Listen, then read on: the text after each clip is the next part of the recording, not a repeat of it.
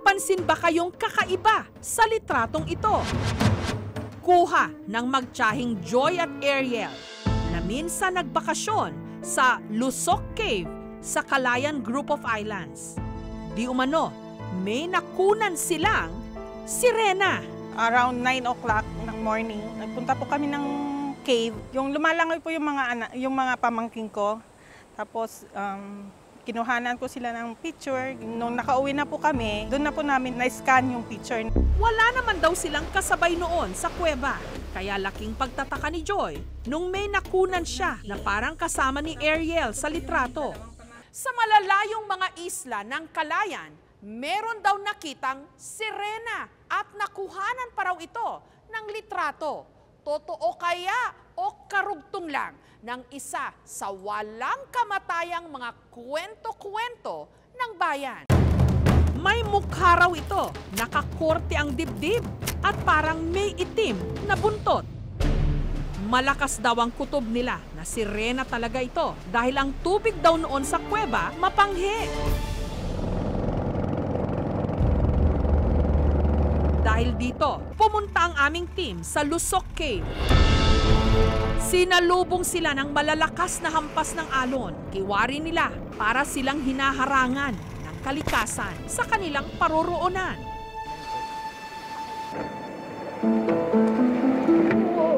Pero matapos ang humigit kumulang 1.5 oras, nakarating din sila sa Lusok Cave.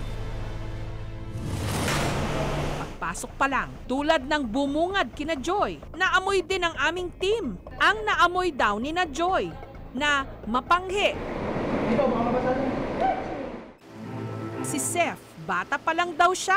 Kalat na ang mga kwento-kwento tungkol sa sirena sa kanilang lugar. Pinaniniwalaan po nilang may sirena daw na nandito po dahil dun sa upuan na nakahugis po sa baba. Sa kalapit na barangay sa Lusok Cave, meron daw di umano trono ng mga sirena at ang tawag daw nila rito, nagtugaw o umupo. Limestone ito na may taas na 5 talampakan. Merong mga kababalaghan na nangyayari po daw dito po. Kinento po ng tatay po namin na yung isa pong mangingisda na pumupunta dito, naghagis siya po ng lambat, parang may humahagis din pong lambat sa kanyang, doon sa likod po niya, na yung time na yun wala daw ho siyang nakuha.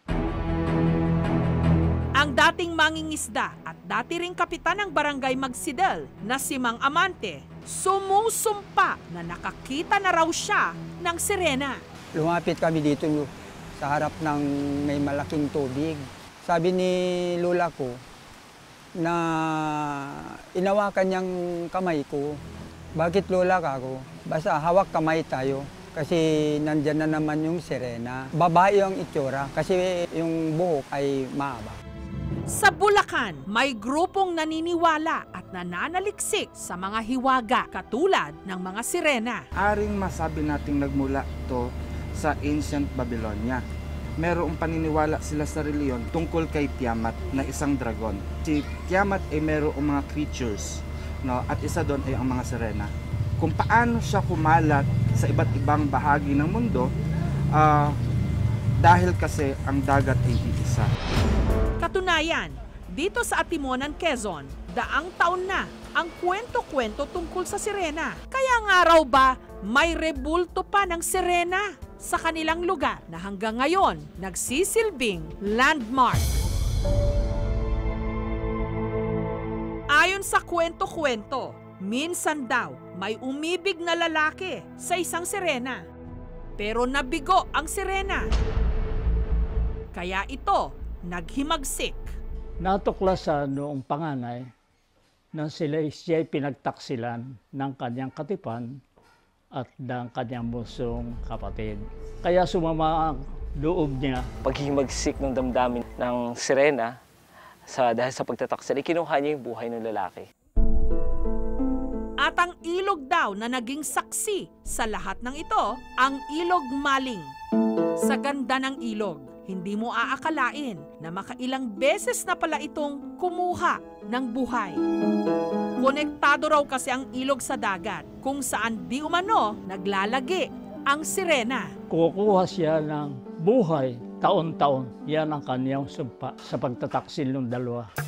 Samantala, sa Lusok Cave, tinangkang ulitin ng aming team ang anggulo kung saan nakuhaan ni Joy ang litrato. Pero dahil sa lakas ng hampas ng alon at sama ng panahon, walang nakunang kahit na anong figura na nahahawig sa kung anuman ang nalitratuhan ni Joy.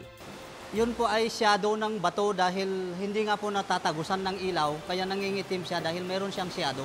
Ay yung pong dibdib na nakikita natin, pagkatapos ng alon ay mayroong bulak at saka yung iba't ibang posisyon ng ripple ng tubig at sa reflection ng ilaw ng kamera, doon po siguro gumawa ng parang itsura ng suso ng babae.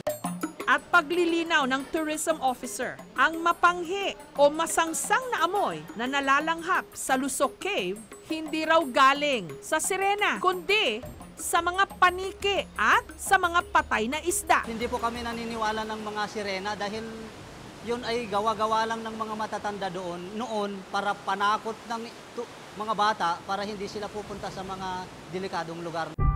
Pinasuri rin namin sa isang eksperto ang litrato ni Joy. Merong object sa ilalim, korte tao, hindi natin masabi siya o kung puno, bato siya kasi sa ilalim ng tubig, hindi naman puro itim, maaring may clay, maaring yung ilaw na pumapasok sa anggulo ng ilaw na iilawan sa bandang ilalim, mga bato-bato, posible. Nakapagtataka na hindi napansin na merong, sino tong nasa tabi natin lumalangoy? Maaring nga na parte lang ng bato yun.